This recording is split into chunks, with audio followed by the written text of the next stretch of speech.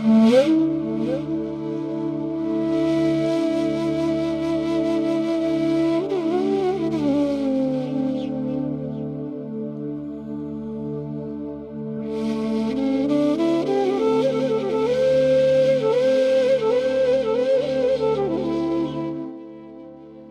दोस्तों, उम्मीद है आप सभी अच्छे होंगे। Welcome to another spirituality video. इस वीडियो में हम डिस्कस करने वाले हैं ईशोपनिषद का 9वां वर्ष। तो चलिए देखते हैं क्या कहता है ईशोपनिषद का 9वां वर्ष। ईशोपनिषद का 9वां वर्ष है अंधम तमः प्रविशन्ति ये अविद्याम उपासते ततो भूय इव ते तमो य विद्यायामृता। मतलब अंधम तमः प्रविशन्ति, घोर अंधकार में प्रवेश करते हैं, य अविद्याम उपासते, वे जो अविद्या की उपासना करते हैं, मतलब जो अविद्या को और सपोर्ट करते हैं, लैक ऑफ एजुकेशन को सपोर्ट करते हैं। ततो भूय इव ते तमो, और वे उससे भी घोर अंधकार में प्रवेश करते हैं, य विद्यायाम रता, जो केवल पढ़ने में, किताबों में ही लीन रहते हैं। ये 9वां वर्ष बात करता है उनकी जिन्हें लगता है कि एजुकेशन इज जस्ट यूजलेस। जो कुछ भी हमें स्कूल्स में पढ़ाया जाता है उसका कहीं पे यूज़ नहीं होने वाला, मैथमेटिक्स, साइंस जो भी है, लास्ट में सभी को अपने अपने तरीके का काम करना पड़ता है। So education is just, they are just giving it for nothing. ऐसा नहीं है। Education is useless to get you a job और a living may be, but it is important for your self development. अगर 12 तक बच्चा school ना जाए ना तो वो कुछ अलग ही तरीके का होगा। सोच करके देखिएगा कि एलिमेंट्री एजुकेशन कितनी ज़रूरी है। दूसरा ये बात करता है उनके बारे में जो जिनको लगता है कि बुक्स ही सब कुछ है, and they always justify themselves by the statement of any book. उन्होंने बहुत कुछ पढ़ा होता है, इधर उधर का ज्ञान लिया होता है और वो उस बुक के बेस पे बोलते हैं कि ये ऐसा है, ऐसा है। Let me tell you one thing, India is a secular country. Bharat एक धर्मनिरपेक्ष राष्ट्र है। यहाँ पर धर्म के नाम पर भेदभाव नहीं किया जाता है। ये स्टेटमेंट कहाँ तक सच है?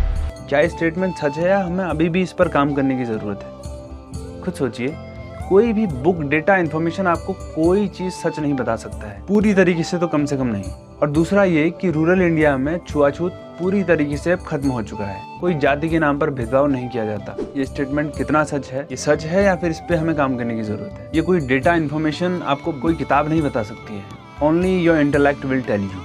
आपका इंटेलेक्ट आपको बता सकता है कि ये सच है या फिर इस पर काम करने की जरूरत है। So the 9th verse says, वे लोग जो अविद्या की उपासना करते हैं, जो कहते हैं कि बुक्स, नॉलेज कुछ भी नहीं है, वो घोर अंधकार में प्रवेश करते हैं।